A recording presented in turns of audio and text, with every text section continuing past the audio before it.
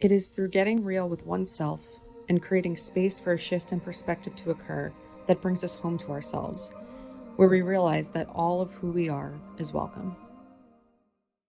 Hello. Hey, how you doing? Yeah, you feeling good? I am. Good. Thank you for being here. I appreciate you being here, especially considering this is our first time meeting. No, and you're like diving deep with me, ready to record an episode. These are the type of people I'm attracting into my life, and I'm just really grateful for you to be here. I'm so excited. Yes.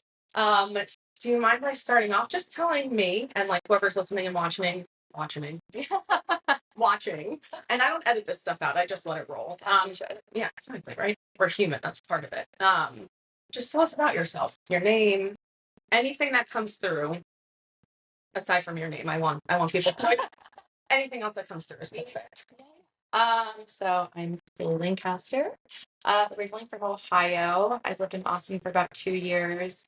Prior to Austin, I lived in New York City for roughly 5 years, but left during the pandemic, as most people did. And I love Austin. I love Austin so much. I worked at early stage startups for a long time in the tech world, and now have really taken to like the artist path and I guess more the healing path as well, and figuring out how those things all intersect. And yeah, I'm just grateful to be here and excited.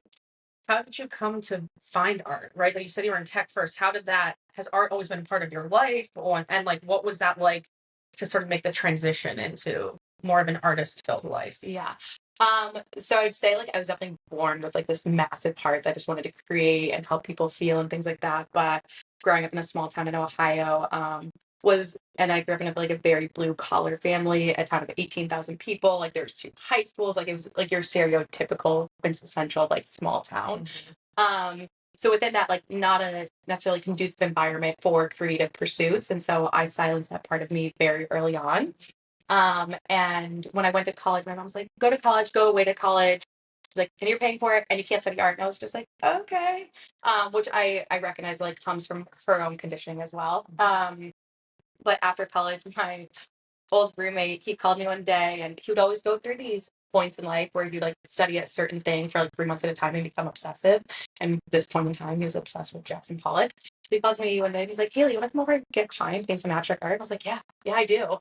And so I went over there and I still to this day, this was 9 years ago now, almost, oh my God, no, this is like almost 10 years ago now. I still remember that first flick of paint, and it was like this rush in my body, and I couldn't stop. I was like, I need to keep creating. And now looking back, I recognize that it was my first time that I ever allowed myself to freely emote without judgment.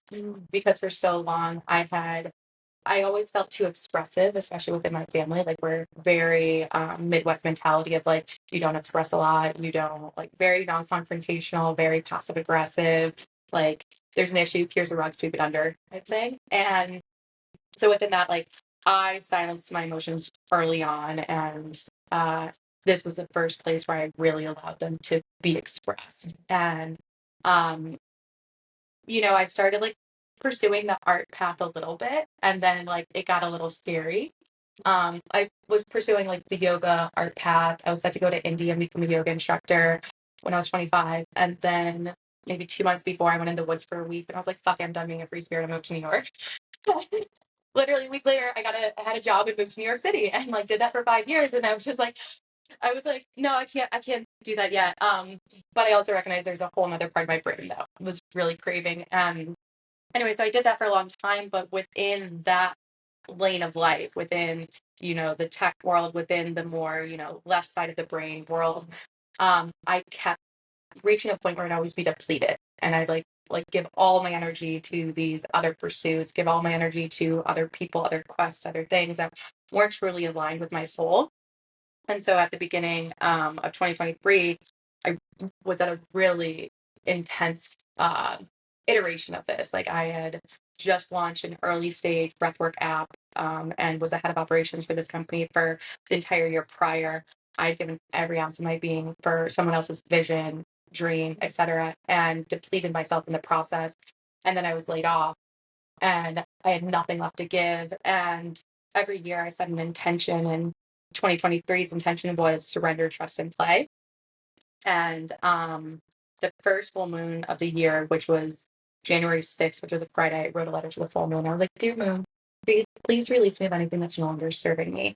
And I then expressed gratitude and expressed what I wanted to call in. I prayed on it and I burned it and released it. And then the following Monday, first thing Monday morning, laid off. I was like, okay, I guess we're really surrendering, trusting, and playing.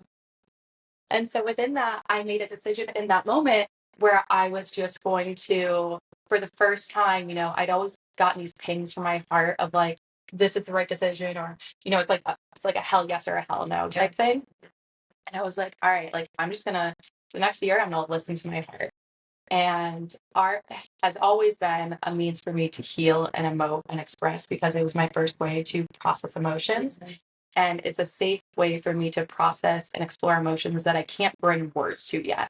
And then I'm not even surely truly aware of being there. And so when after being laid off, I mean, I laid in bed for months, and every so often I would crawl out of bed and I would just go to the canvas. And every time I went to the canvas, I would just paint in black and white. And there was a lot of work that had to be done, though, with really accepting the identity of an artist and moving past my own imposter syndrome, my fears, my limiting beliefs, and all of those things. So it was not easy. I would say it took a full 14 months for me to be like, okay, I'm an artist, and this is what that even means for me, and this is my own interpretation of that. Because I'd sold paintings in the past that didn't make me feel like an artist. I painted 300 plus canvases that didn't make me feel like an artist, but finding my own way to do it and telling a story through it, that finally made me feel like an artist. What a journey. Wow. Thank you for sharing, first of all. I feel like a lot of us can relate to having this, it's like this vision in our hearts, right? And we allow, well, to a certain extent as kids, we don't really allow. We're children and we look to the others for guidance, whether it's parents, guardians, friends, teachers. But we take on all of these conditioned programs, and it's all projections from other people. And usually it's our parents and teachers that have the biggest impact. And so you sharing this where it's like, yeah, your mom was like, you're going to college, you're paying for it, and like you're not doing art. And it's just like, oh, right, because that's what we grew up all of our lives, like just kind of following that and be like, okay. Yeah, like I don't know any better. Like, yeah, you know the way. I don't know the way. I'm young and naive. I can't know the way. Okay, let me listen to you. I'll follow this safe path, quote unquote, which ends up feeling like the least safe thing of all. Yeah, and it's like, even through that, though, I think it's beautiful that art came into your life, even in the middle of that, and you sort of went on this journey, and then you're like, no, never mind. And then you went kind of back into what you should do, right? And then art was like, I'm still here. Like, it was like this call, and it's like, I'm still here. And I feel like a lot of us can resonate, and I think it's really brave of you for stepping into that, because, I mean, you were laid off. You got what you asked for. It's just like, you manifested that literally right away. And sort of in those moments, like, how scary, it can be so scary to be in that space where like you're stripped of a part of your identity that, like, even if you don't want that part of your identity, even if it's like, I don't like this part of me, it still becomes so ingrained in who you are. And you cling to it. And you cling to it, and then it's gone. And you don't have, there is no choice. There is no control of the situation. It's just taken away. Even if it's what was asked, like, I feel like sometimes, at least for me, I will like set intentions, and now I believe fully in the power of intention. I'm very aware of the things that I say, but that wasn't always the case. And even still, like, there is still this fear in the back of my mind at times, and the ego comes in, and it's like, I ask for something, it's like, well, is that actually what you want? And it comes to fruition, and I'm like, oh shit, okay, I thought I wanted this, and maybe not quite like this, or like, oh, I did want this. I didn't realize how much pain was going to be in the middle portion of it. Yes. Like, I was like, oh, I thought this was like, I thought I just got it. I thought it was a binary decision where like, I just asked for it and I get it. Yes. And I think that's a lot, again, for a lot of us, like, this is so relatable, because at least for me and on the healing journey, I feel like I was I've been very humbled recently, where it's like, if I ask for something and it comes to fruition, maybe not in the ways that I expected, well, number one, why am I having expectations of the way things are meant to be? I'm attaching my own like perceptions onto this thing. And just, it's kind of like an instant gratification, which I feel like in our society, a lot of us are used to. It's just like, you go on TikTok and Instagram and all this stuff, and it's like, you post something and you get a like, and it's like, even if it's one like, Yeah. it's almost instantaneous. Yeah. And so to step back and sit with the pain and like be in the pain is a big part of why I have these conversations, is to bring light to like, yes, you've arrived in the space where you are embodying the artist. You are the artist. You just had your first showcase of your art, right? Like, and you're living it. You truly are. And that's a glimpse of what people see, right? Like you just explained, all of the months prior to that, the years prior to that, where you suppressed that part of yourself. And before you could truly embody the artist, you had to literally sort through all the shit to get there. Before I even moved to New York, actually 9 years ago, like in March, my nephew had recently been born. He was maybe 6 months old, and I was holding him while he was taking a nap, and I got this download. And within like 3 minutes, I wrote this poem. And it started with like, at moments I get glimpses of who I'm going to be, but I'm not her yet. And this poem, like, and basically it talks about like how, like, more importantly, she knows my truth. She knows my truth, but more importantly, she knows my lies. And how time is an illusion, but it's of the essence. And for 9 years, all these 9 years, like at moments I would go back to this poem. And I remember when I wrote this poem, I saw a future me. The rings, longer hair, like I'd always had short hair. I never wore jewelry whatsoever. Like it was this like more freed version of myself. And I think in some ways, 9 years ago, I started working towards that embodiment of myself that I didn't know how she would become to fruition. But I felt her so deeply in my soul, and I knew that's where I needed to start working towards. And I'm so grateful for my time in New York in the tech world, because it taught me how to utilize my brain so my brain could support my heart. And then from learning how my brain could support my heart, I then learned how my throat could then articulate my heart. And I think when we think of the chakras and all these things, like there's all this interconnection between all of it, where we're really meant to hone in on all these individual components so they can support each other in the process of our full embodiment. What did that process look like for you? Like, how did you were there things that you did, or was it just sort of, I don't know, this intuitive process? Like, how did you connect your mind to the heart? And like, then that with your throat, like learning how to utilize your throat and it's speaking outward. Like, was it may not have been like a specific moment, but was there something that like supported you in that? So many different things. I mean, it was a messy thing, and I think it's easier, once again, as all things are, to connect the dots looking backwards. But in New York, like I always ended up working in process-oriented roles, and I was always in these positions that I never felt one qualified to be in. I knew nothing of what I was doing, but I was like, I can figure it out. And so it started utilizing my brain, just these different problem-solving ways, and I had to distill information down, and it just used my mind in ways I had never utilized it before. And then I would read certain books and things of that nature. And then I dated a person who was really, really smart, and he helped me see my own form of intelligence in a way that I had never seen before. And to have someone unconditionally love you, but also see you in a different light than you've ever seen yourself, I think was such a profound experience.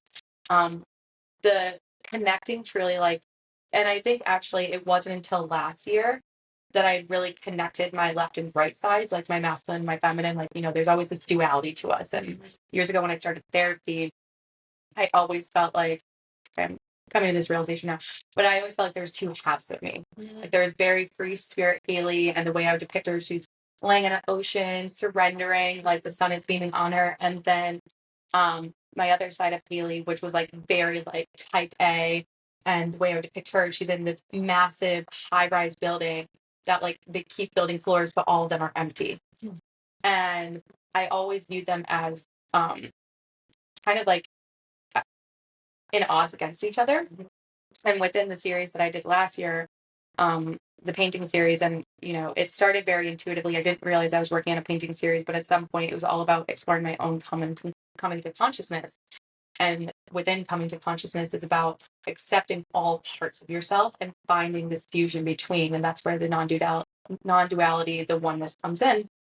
And as far as actually, though, years ago, I started using breath work, and the breath work modality that I took you through, hypno breath work, to specifically connect my heart to my throat, because I've never allowed my throat to really speak my truth. I've never verbally yelled in my life. I've never been in a verbal altercation or any type of fight with anyone.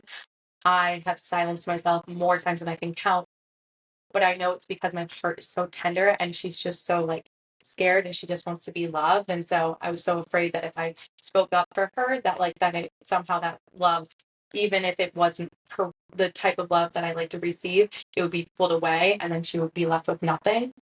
But through, you know, just subconscious reprogramming with the breath, and all these different, you know, that really like internal exploration, I think that's where I finally found my own cohesive dynamic that works for me as an individual because I think it's unique to every single person. Yeah. Well, I think there's so many beautiful things that you said. I'm going back to your poem. I would love for you to share that poem with me because that's just like the things that the snippets of it you said, I was like, it spoke to my soul.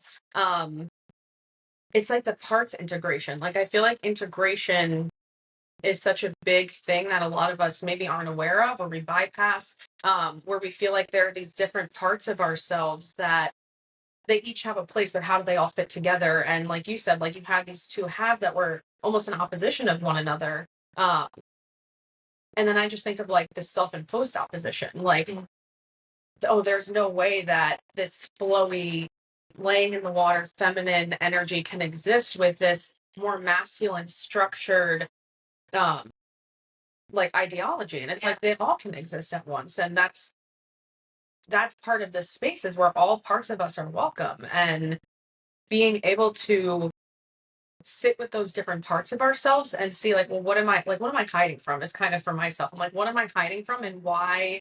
Like, how do I get these parts to integrate with each other so that I'm just in this space of unison and like oneness within myself, and then that can be reflected without. And I don't have the answers, you know, I really don't. I think it's an evolving process, right? Like one thing I started doing in 2021 that I think is so important, and it's going to sound easy, but it's also really not. I stopped lying, especially to myself. And I think we so often like to make excuses for ourselves. And like those are the little white lies that we tell ourselves. And so I stopped just honoring any white lie that I told myself. It was like, oh, like I'm too tired to do this, or oh, that's too difficult, or oh, whatever it may be. And I know I told you this quote as well, but like I now believe that like self-love is at the intersection of discipline and grace. And I think in order to truly be disciplined, you have to not be lying to yourself. That quote, I've written that in my journal probably 15 times since you told me it, and I write your name next to it every time. So thank you for saying that, because I feel like, yeah, it can be very easy to go on one side or the other. And a theme for the past few weeks with me has been balance. And like I've swung very far to one side of the pendulum. I've like gone to the other side, and it's like, how do I come back into this space of balance where I'm meeting myself with grace and also being disciplined? And like being in that pillar of self-love. And I think the ego can be that's also like my ego's been very tricky recently, where it's like even the subtle like white lies that come up, and I'll just start calling myself out in it. And so I love that you brought that up, because it's like we get so upset when other people lie to us, but we probably lie to ourselves more than anyone lies to us. Without, and it becomes this thing where it's like this unconscious behavior that's happening, and just starting to shed light on it, bringing it into the awareness and being like, okay, this is not, I don't accept this anymore. I'm not accepting this from other people, so why would I accept this for myself? And even just that awareness can shift things like in such a big way. I do it for myself in my morning pages. If I get distracted, I started calling myself out in my pages. Like, I'm like, I have allowed myself to get distracted. You know, like I can't run from this. I'm not trying to run from these things, but just calling it what it is, giving it the space to be there, and being like, okay, now I'm going to just do better. You know, I'm going to be 1% better and more honest, you know, coming to that space of honesty. It's hard, you know, like I feel like in conversations like this, it can come off like doing this stuff is easy. And that's why I'm always like, it's not, you know, we're not talking about this stuff as if we're, you know, in this space of total spiritual enlightenment. You know, we're human, we're walking through this every single day. It's a constant journey. It's a forever journey. Forever. And yes, I don't know if ease is the right word. I think sometimes with words and the energy surrounding them, it's hard for me to articulate. I don't know that it necessarily gets easier, but I feel like it gets a little bit more calm or something. I actually just had an entire conversation with my friend about this the other day because she was like, I don't think the healing journey ever ends. And I was like, I agree, it doesn't. But I think we have less triggers and we become more elastic. Yeah. So things that used to would hold space in my mind or my heart for days, weeks, months at times, now typically have a couple minutes or hours. And so I bounce back quicker. The things that even hurt me or the way they hurt me, they don't feel as extreme, and there's not as many. Yeah. And so like it just becomes like we bounce back a little more. And I think it's more of like a rubber band. Yeah. That's such a good point. The elasticity. Yeah. It's like, and the triggers too, they do become less because the more that you're reflecting these things back to yourself and other people as well, right? Like everyone that we meet, we're reflections of one another. And it comes to a certain point where it's like, I have this conversation with one of my friends, like, do we allow, like, at what point have we learned the lesson and we're just going back into it for like safety or comfort because it's like what we're used to, even with the healing work, you know, my mentor literally just called me out on this. She was like, what is more what's comfortable for you, being in flow or being more structured right now? And I was like, being in flow. And she goes, okay. And she said, so it's easy for you to do the deep work. And like, yes, being in flow is beautiful, but she's like, you can be in flow and you can sit in the depths of your shadows and you can go back into the trauma and you can heal it and reframe and rewire. And she goes, that's easy for you. That's comfortable for you. She goes, no wonder why you're not structuring things. No wonder why you're not looking into your passion, which I am. You know, it's part of my passion. But it was even in that moment where I'm like, oh, even the healing and like the shadow work can be comfortable. You know, you can get comfortable. You're like, I think you kind of get addicted to it too. I had points where I was like, I almost felt like I had to be taking myself through more painful things. I had to keep going deeper. I had to keep digging. I had to keep prioritizing it to such like an almost unhealthy degree.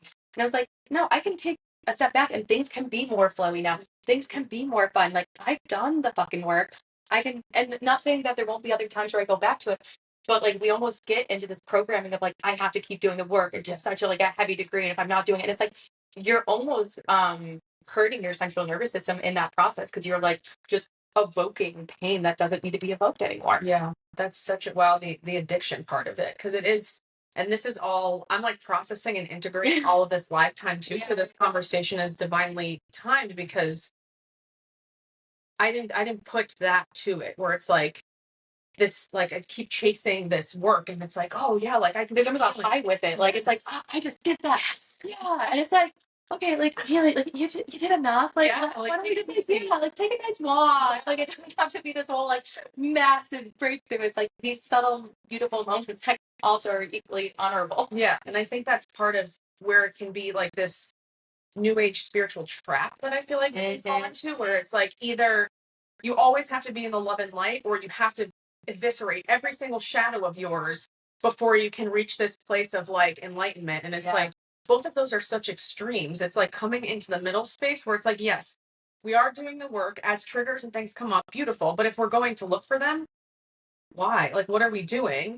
And then we're bypassing what we're here for. Like we came here as human. We were like, oh, we're going to come to earth as humans and take on the experience of what it means to be alive in these bodies. And so to just be sitting inside in solitude, uncovering all the shadows that we can uncover endlessly is just completely bypassing this other part of it, which is the fun and the play and the joy and all of that comes with it. I've met people on the spiritual journey where I'm like, I almost feel like they become detached from the human experience. And I'm like, you're still meant to be here to be a human. And I love the quote of, I forget who says it, but we're spiritual beings having a human experience. We're not human beings occasionally having spiritual experiences. But within that, like, I know certain people, if they're like, I only can eat this, I will not drink alcohol, I will not do this, I will not do that. And it's like, you're also creating so much structure and conditions around your spirit now when you're really meant to find this intersection between the human experience and the spiritual experience. And like the human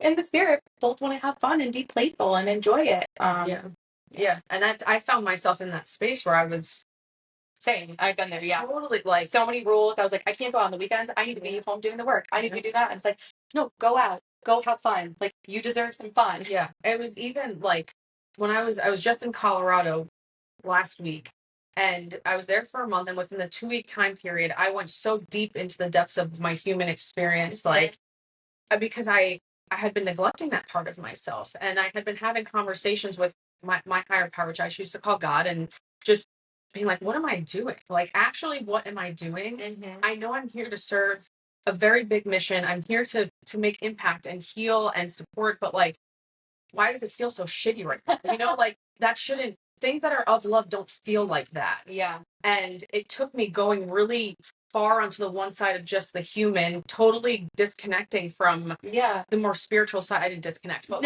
just being like, okay, take a second, just go out in nature, have fun. If you want to smoke weed. Like, just you don't need to do. Like, just kind of be and see what happens. For me to come back to the space of now I'm in the balance, now I'm back in the center, and I'm like, okay, that's what happens when I bypass my human and I put her in a corner. She comes back out and she's like, all right, well, you've ignored me. Well, fuck you. I'm back. And I'm here. And like, that doesn't feel good either, you know, to be two in one versus the other. And I was on a walk the other day and I just literally got a download of like, it's not that serious.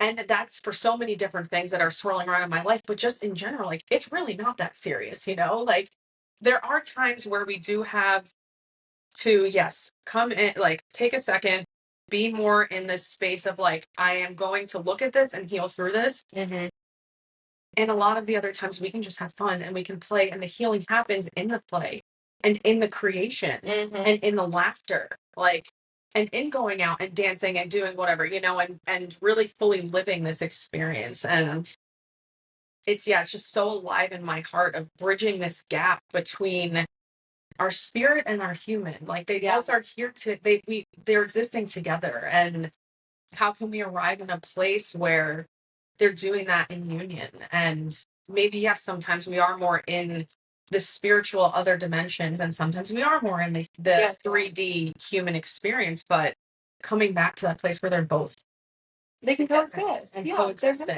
Yeah, there's like points last year when working on my art series where I would like basically not lock myself in my home, but like I would be like, okay, I'm not leaving until I finish these poems, or I'm not leaving until I finish this painting, or I'm not leaving until this happens. And I would drive myself crazy and hinder my own creativity by doing that. And then I'd reach a breaking point where I'm like, I'm going mad. I'm hitting a wall. Nothing's happening. And finally I would like go out into the world. And then I'd go out in the world. And then like whatever I was trying to solve would be solved by just like experiencing something around me. And it was like, because I put so much restrictions and rules and everything around my creativity and my creation and my being, I was hindering my own ability to get to the place that I wanted to be. And so often I feel like we do that. And I've seen this with people a lot in my life, and I was always like fascinated by it, is people would set their sights on like an end goal, and then it seemed like they put on blinders, like as if they're like racing horses, and they weren't looking at anything that was happening around them, and they were missing all these beautiful opportunities because they have tunnel vision to this one end point, but that end point may not even be what they're actually wanting for. And that's where like part of the journey is allowing yourself to kind of be on this winding road, go back and forth, because you will get to that end point. And there is, oh my God, there's actually a beautiful visualization of this as well, where there's two balls next to each other and one's going like up and down on the thing and one's going flat. And the one going like this reaches the end point quicker.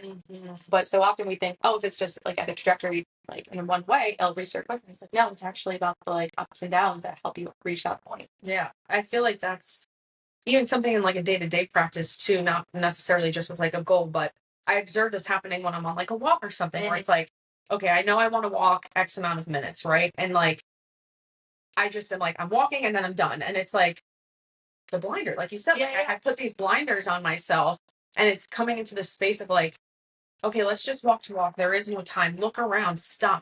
Like, even if I'm on a run, like I've started even when I'm running, if I want to stop and like hug a tree, I'm going to stop and hug a tree. I hugged a tree yesterday. I was in a really frantic, anxious state. And I was like, I had such an emotional day. And I was like, I need to just hug a tree. Yep. And I was like, I'm going to take a couple minutes and go hug that tree. Yep. Like, I may look crazy, but like, no, who cares? Yep. That's such a good, like, to anyone listening and watching, if you feel unsettled and ungrounded, I'm telling you, find a tree. Or lay in the grass. Lay in the grass or find a tree and hug it. Yeah. For as much as you think people care, no one actually cares. It's the things that you're creating in your mind. And like those few moments just of opening my eyes, looking around and being like, okay, I know that I want to run 3 miles. I'll run the 3 miles, whether I stop a few times or not. I'll still run. Yeah. I'll get there at some point, and who knows what will happen if I allow myself to just stop and like look at the flower, hug the tree, like, and that's simplifying it a little bit, but I feel like a lot of us do that, where it's like we're so caught up in getting to this end point, and then we get to the end point, and then we're like, now what? What's the next end point? And now what? And now what? And it's like we bypass the whole experience of it, getting from point A to point B. And I feel like a lot of us fall into that, especially when it comes to a space of attaining these goals that we set for ourselves and getting so like locked in on this is what the end result looks like, that like you said, like we might not even get there. Yeah. Like we could literally not reach that because we're blocking ourselves from getting to that point because we're so fixated on it that our own limiting beliefs and our own, like we literally get in our own way. And it probably doesn't even have what we're looking for at the end of it either. Yep. Yeah. And I feel like too, especially as artists, like that, at least for me, it's been that I'm doing this reading this book, and it's a course called The Artist's Way. And in it, Julia Cameron, talks a lot about this inner censor that we have. Yep. Right? The inner censor that comes up, and as artists too, this like need for perfectionism, and like we are literally creators. Like the creator created us to create. It's all about this creation. And even for me, it's writing poetry right now. Like my art form is writing poetry. I hope to expand that outward to other forms of art. But even with that, it's like I'll sit to like something will stream through me. Sometimes a poem comes and it's like that, and other times I'll literally get like a few lines and it's like, you're done for now. And I'm like, I'm not done, and I don't come back to it for like a year or something. It's just like having that. Like I feel like for me, art has taught me to soften and to just surrender, let it go, surrender and trust and play. And that's, and so the art series that I made last year, I titled The Unwinding, and it's the exploration of my own coming to consciousness. And it was 23 paintings and 23 correlating poems. And there were so many times where like I would be in this frenzy of creating, and I wanted to force the series. I wanted to force it out of me. I was like, I need to finish it now. And I remember specifically, I wanted it. There was a point where I realized that I was creating a whole series, and I wanted it to be 23. And I had technically 23 black and white paintings. And I was like, okay, it's done. And then I thought about it, and I was up all night and go, it's not done. These aren't the right paintings. They're not telling the story that I need to be telling. And so much of the series ended up feeling like a channeling. Like I felt like I was being channeled through source. And there was different people along the way that would get visions for me. I would receive a vision. So for example, even writing with poetry, I always loved writing poetry. It comes in and out of my life since childhood. But it's one of those things that it's not something I've shared very often. Like it is a very vulnerable representation of me.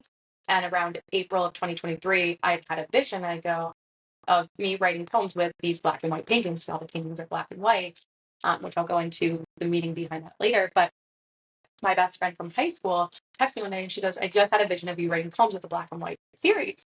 And I was like, if you had it and I had it, and I didn't tell you I had it, I'd have to do it. And so I started doing it. And for so long, I'd actually resisted even naming my paintings. And when I further looked into my own psyche of why I resisted naming them, I realized it was because it's letting people into a more even vulnerable representation of me. Like my paintings are a depiction of my energy in a given moment. Like it is my heart, my soul, my energy. It's my good, my bad, whatever, good and bad. It's my light, my dark, whatever. It's just all of me. It's a representation, a snapshot of me in time. And so to then name it, assign a name to it, and then to write with it, I was like, oh, that was so stretchy and expansive. And so do certain actions within the series, and then I would step away for a couple months. In my logical mind, in my censorship mind, I was like, I'm a failure. I'm not like actively working on the series. I need to be pushing out things. I need to be creating. And then now looking back, it's like I had to go out into the world and learn different things. I had to step away and go integrate. And integration, back to like our conversation earlier, it's not what we think it always is. Like we think integration is going to look a certain way, and it always looks completely different. And like you'll do this one type of work, and then my integration period will look completely different than the type of work I did. And usually it's a lot more playful sometimes, and it's just me going to have ease, or it's it's been a whole skew of things. But within that series, there was so much where I was like, I would be like divinely led, and when I would truly surrender, when I would truly trust, and when I would truly play was a key component. Then all of a sudden, source, the universe, would give me another little nugget of like, okay, here's the next little thing, and it was like this trail of like cookies, crumbs that I was like following. But it wasn't until I actually surrendered, trust, and play that it would give me the next thing. Anytime I was trying to force it, it wouldn't be coming to me. Like it would be like I would just be at this block. And so often I think that source and creator and all these things, they want us to come. We all have this purpose. We all have these soul contracts, I truly believe. But we can't force our way there. We have to flow our way there.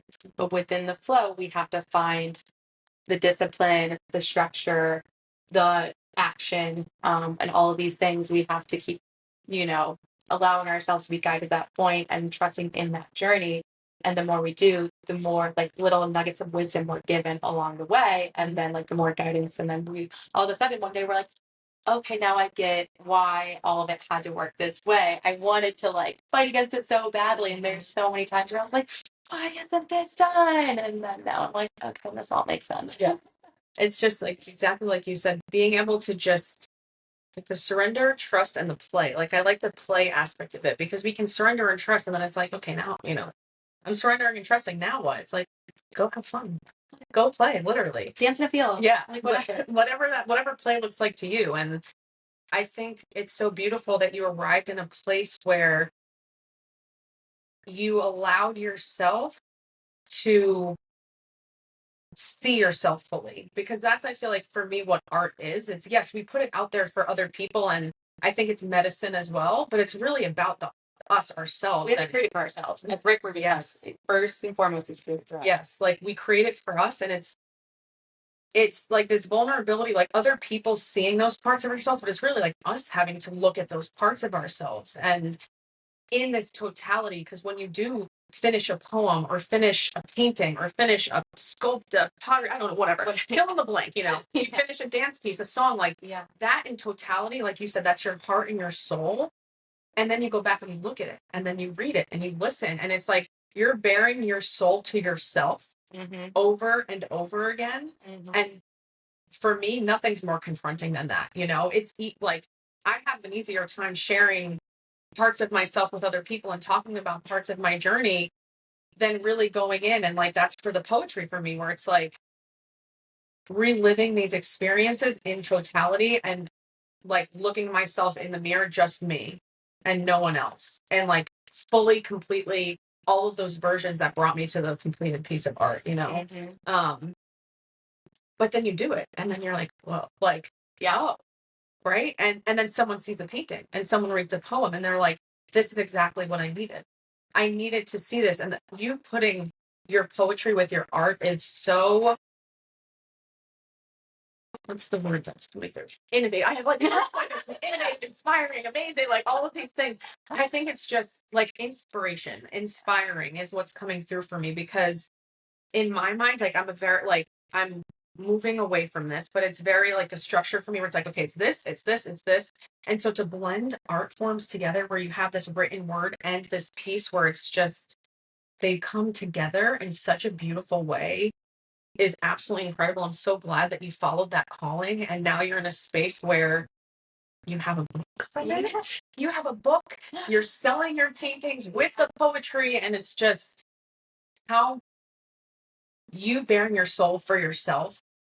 But now that you've done that, look what you've gifted to other people. Like, I can't wait to get back to New Jersey and have my book. Like, I'm so excited to get back there and look at it, and to, when I have a space, buy your art, because it's just, I feel like it's representation and a reminder to me and to whoever else looks at it that, like, I am welcome here and I am willing to step into that space fully. And I just like honor you. And I just want to acknowledge that, because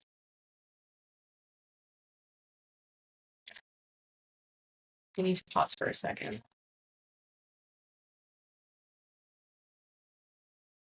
As someone who is also stepping into the artist fully, and I don't know what that looks like for me at this point, I just am, and I just am calling that in, to be able to look around and look at you and be like, wow, this is such a beautiful reflection of that part of myself that I've been neglecting. And it doesn't have to just look one way. It can be however I want it to be. And it's safe to do that. Yeah. And the way that it will be received by others as well, because yes, I do it for me, but I also want to express myself and encourage other people. And so that you're doing that, it's such an honor. Like, I'm so honored to be having this conversation with you and to be now connected to you. It's just, yeah, it feels really special. And thank you for showing up in the way that you did with all of that artwork, because here you are. And like, it's just amazing, you know?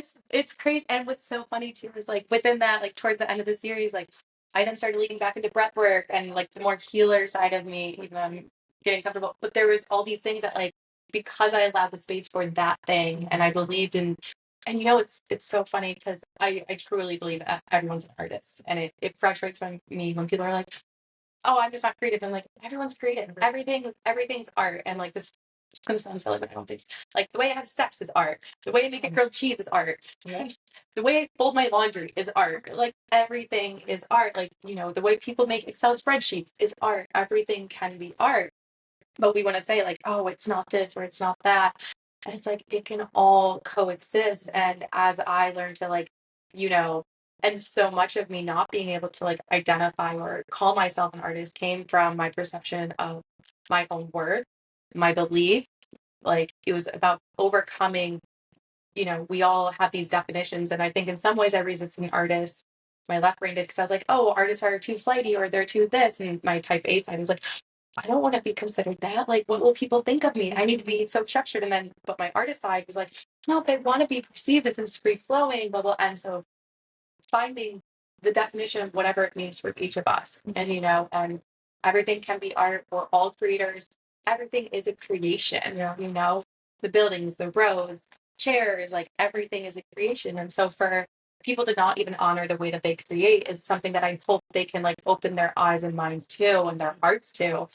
Because it's like there's such a beauty in that and, you know, seeing yourself fully and but it's hard. It's not easy. It's not easy. And an exercise that I did in college that I don't do as much anymore because I think I'm pretty comfortable, but I actually used to get high and stare at myself in the mirror and just be like, okay, am I comfortable with what I'm sitting with? Like, can I look at myself? Can I truly look at myself? And what do I feel when looking at myself? And, you know, we're surrounded by mirrors. Like there's one in our bathrooms, there's typically one in our bedroom. But how often are we truly looking at it? Are we just doing a glance and then we're like, okay, good enough? Are we walking past it, not even giving it the time of day? Are we just doing a quick check to make sure that no one will judge us externally for the way we're dressed or making sure everything looks right? But to sit with yourself and look at yourself in the mirror and really look at your eyes and be like, okay, how am I showing up? Who am I in this moment? And am I comfortable and feel like this aligns with who I am? And looking at yourself and asking those questions is one of the hardest exercises you can do, but I think it's really one of the best ones. And, you know, we have to sit with ourselves and we have to look at ourselves and we have to be honest with ourselves. Yeah. And then within that though comes a very like vulnerable experience. Yeah. It can be very confronting. And I'm just like, you're saying that. And I'm like, yeah, like have I ever done that? You know, have I really looked at myself in the mirror, not for any purpose other than to just see myself and just sit with that? And so I'm going to do that now. And like, how do I feel when I do that? What comes up? Why am I feeling this way? You know, because that's a very confronting thing to just look at yourself in the mirror, not in the reflection of another, in the reflection of yourself in the mirror with no other purpose other than to see yourself. Like, my heart's racing a little bit, you know, because it's just like, well, like that in and of itself, how powerful is that? You know, as confronting as it is, like, how powerful is it to do that, to take that space and create it for just you in that moment? And like, what comes from that afterwards? You know, I even thinking about doing it, I don't know, I have not consciously done that. Even thinking of it in the moment, I can already feel that future feeling of like, expansion and liberation, because if we can stand in a mirror and look at ourselves and love ourselves no matter what we see, no matter what comes up, all the other shit on the outside is irrelevant at that point, because it's like, I know I can look at myself and I can feel in my whole heart, mind, body, soul, like I'm good. I love myself and I am honoring this part of myself. And if I'm not, what a better way to figure it out than just with yourself, Yeah. because I mean, it's a beautiful thing. I learned so much in relation to others, and some of my most profound healing has come in the triggers and the mirrors from others, and that's beautiful. And to a certain extent, then do I always need others to keep learning and healing Yeah. about myself? Like, at what point can I just meet myself where I'm at? And that's what I love about the art. It's like the writing, and even I started drawing, like, that's just me and no one else is present. And so to have now another technique where it's like just doing some mirror work, and it's really, even if you just start with a minute, you don't need to sit there for 10 minutes, you can build up to that, but just creating more space just to be with the self. And like, I read I've had affirmations on my walls or mirrors for years. And I would like make myself look at myself while reciting the affirmations. And I used to be a much more simplistic. Now they're much more, they're like full of sentences. Before it was just, I am love. I am complete. I am worthy. I am powerful. I am disciplined. And I would look at myself, and and for a long time I didn't believe. And then I started believing. And there's times where I'll look in the mirror and I'll hug myself. And a new thing I've recently started doing is in the mornings, I brush my teeth with my opposite hand, because it's supposed to open up different neural pathways in your brain. So I'll brush my teeth, and then I'll look at myself in the mirror, and I'll say, I love you 3 times. And I really look at my eyes, and like, I say that, I saw this like woman on Instagram talk about this. And then I say, God, source, whatever, your, whatever you pray to, I say, I can't wait to see what miracles you have in store for today. And just like that simple act of just taking these moments, and so many things, like I built these small habits into my daily routine that like just bring me back into my body quickly. Like, I have these little postcard prayers that I keep next to my bedside on my nightstand that I read at night and in the morning, which is helping me reprogram my subconscious brain.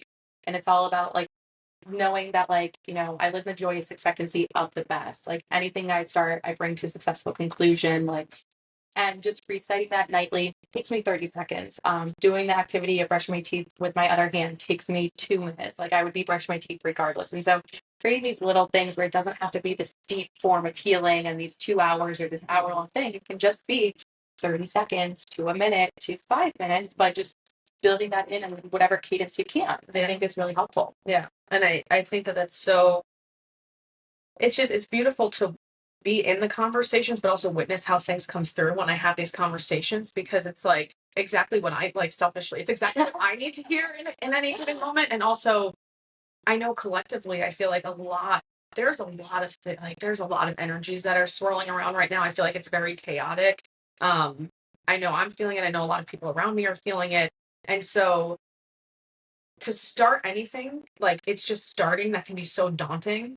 And to have these little tidbits of things to do that they don't take up massive amounts of time. They're not anything like you have to sit and meditate for 20 minutes, like, because even the act of meditation for a minute can be really, like, for me, when I first started, it was very daunting, and I was very it was very difficult.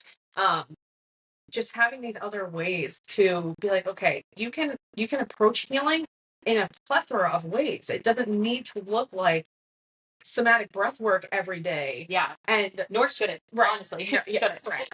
Correct. And some people, but again, the extremes, right? If you go to the one side of the extreme, it doesn't always have to be like that. The healing is found in the play. It's found in taking 30 seconds before bed to recite things to yourself. It's just all of these little moments where you do that, and it's the compound effect. Yeah. Over time, it's like you kind of look back and you're like, well, like, how did I even get here? Yeah. And it's just these little moments that have this massive impact. And I think it comes back to what we've been talking about, of finding that balance. Coming back, finding the balance, coming back to self. And again, like, don't take things so seriously. Well, like, one thing I do is, like, in an ideal world, I would write in my gratitude journal every morning or night and write 10 things I'm grateful for. Does that happen every day? No. Do I beat myself up about it when it doesn't happen? No. And I just say, okay, it didn't happen. And maybe it didn't happen for a couple of days. Yeah. But then I just start the activity as if no time has passed. Yes. And I think that's a really important thing within any weight loss, healing, like any sort of journey, to not beat yourself up when you like just have a slight slip up or whatever. You're human. Again, back to the human. It's like sometimes we need to just like walk away from something and then just come back as if no time passed. Don't be hard on yourself. Just be like, I honor and accept whatever happened. I was doing my best in any given moment. Now let me get back to this activity and try to prioritize it again. And as long as like we keep doing that, then like, because I've been on this journey for so long, and there's so many times where I've been, oh, I got off and now I have to start over. And it's like, no, I'm not starting over. I'm continuing. Like, it's not a starting over. It's a continuing. And as we continue, we learn what works for us. We learn our own cadences, our own preferences. Like, I'll never be a consistent journaler. I know that about myself, but I will have times where I deeply journal a lot. And then I'll have times where I walk away and I do more yoga or I do more meditation. And for me, I need that sense of fluidity. Everyone needs different cadences for their own things. And so it's about just finding your own. And then again, discipline and grace. Yeah. Like being able to meet yourself in that space and not like, I feel like, like the shame and the guilt that can sometimes come with anything really. And especially on the healing journey, when you come to this space of awareness, it's like meeting yourself with grace every time. I love that you said it's not starting over, it's just continuing. Anytime you come back and you continue something, we're literally in a different consciousness every time. And so the ways that we were approaching something before may look different. And it's like, how can we meet ourselves with that grace and that discipline, and also realize sometimes there's going to be more room for the discipline and the structure, and other times we're going to be called into flow, and it's just about coming back. Arrive back in the space and give yourself permission to continue. And also, like, our definitions of things change. So my definition of balance is a completely different definition than it was 3 months ago, than it was a year ago. Same with the concept of love. What love was defined as to me, like even my own belief, is completely different definition. So having that fluidity of like, this is a continual journey, and what things even mean to us will change and evolve, and just like being comfortable with that change. Like how I come back into myself, how I ground, that's different. That definition looks different to me. How I find balance looks different to me. So, and giving ourselves the permission to do so, and just meeting ourselves. Like I write this a lot, and I remind myself, like, I meet myself with the grace and compassion that I meet others, and like, it's coming back to myself and loving myself unconditionally. So, because I so easily do that for everyone else, coming back and doing that for the self, and just being open to the evolution, being open to things changing, where, like you said, right now, balance for me, I'm figuring out what that looks like. And for me, it looks like being really aware of my human and my spirit and finding the balance. That's where the focus of my balance is. In 2 weeks, 2 months, 2 years from now, that may be completely different. And like, that's okay, and just remind ourselves, like, that's okay. And like giving ourselves the permission to let it just be what it is, instead of attaching to some previous way that we did things, because then we're not growing. If we're attaching to things from the past, it's like, that's the growth part. We're continuing to move forward, and what we did in one day is not gonna, it's gonna look completely different from the next, and like reminding ourselves that like at each of those phases we're equally deserving and worthy and valuable and whatnot. And I love just recently a client of mine who I work with, and we kind of use business strategy and breath work together, and use in a lot of different ways, and we meet weekly. But I just proofread an article for her on horizontal healing. I was like, I'm a big fan of horizontal healing, and I'd never heard that word before. But there's so much integration that happens in just stillness. And sometimes that stillness literally looks like me laying down and needing to lay down. And then I remind myself of nature. We honor nature and its seasons in a way that we don't honor ourselves in our own seasons. And, when we plant seeds in a garden, we don't expect them to grow overnight and bloom overnight. And yet when we plant seeds within our minds and our hearts in our life, we expect them to all of a sudden come to fruition overnight. And it's like, no, that's not how this works. We need to honor the space with grace and give it time so it can come into fruition however it's meant to. Like, just be like patient, be patient, and like finding the joy in the stillness, because we're not, like, we're human beings, not like, we're not human doers doings, like, however, we're not robots. You can't plug us in and we all of a sudden recharge. Like, sometimes it's okay to just be. And what is it, horizontal healing? I'm a big fan of it. I like that a lot. It's just, I feel like, I don't know, everything. I want to keep talking to you for so long. There's so many things, like, you have brought so much beauty and wisdom and just authenticity into this space. And so thank you for being here. Before I close out this space, is there anything that's on your heart that you want to share? I don't know why I'm being called to ask that, but is there anything that's on your heart that you want to share? I mean, not particularly. I think just my biggest hope for anyone on this journey is to just give themselves as much unconditional love as they can and to meet themselves with grace and understand that it's not black and white, it's not binary. It's going to look a million different ways. It's going to be messy and that's okay. And to like just know that it's okay. And they'll get to wherever they're meant to be and we don't need to sprint to grow. You know, we can just honor the journey, the process, and who we are in any given moment. And I even myself need to be reminded of those words. And thank you for holding this space. This was amazing and great, and I couldn't be more grateful that we did this. Yeah, thank you so much. It's just thank you for that last reminder too. Coming back to unconditional love of self, that extends outwards and just meeting ourselves with that grace, and you are embodying that. So thank you. Thanks for being here and checking out this week's episode. I am truly grateful for your continued support, which allows this podcast to keep moving forward. If you feel the call, please like, comment, subscribe, and share. It's deeply appreciated. Until next time, let us continue to hold space for our shadows and allow our light to shine.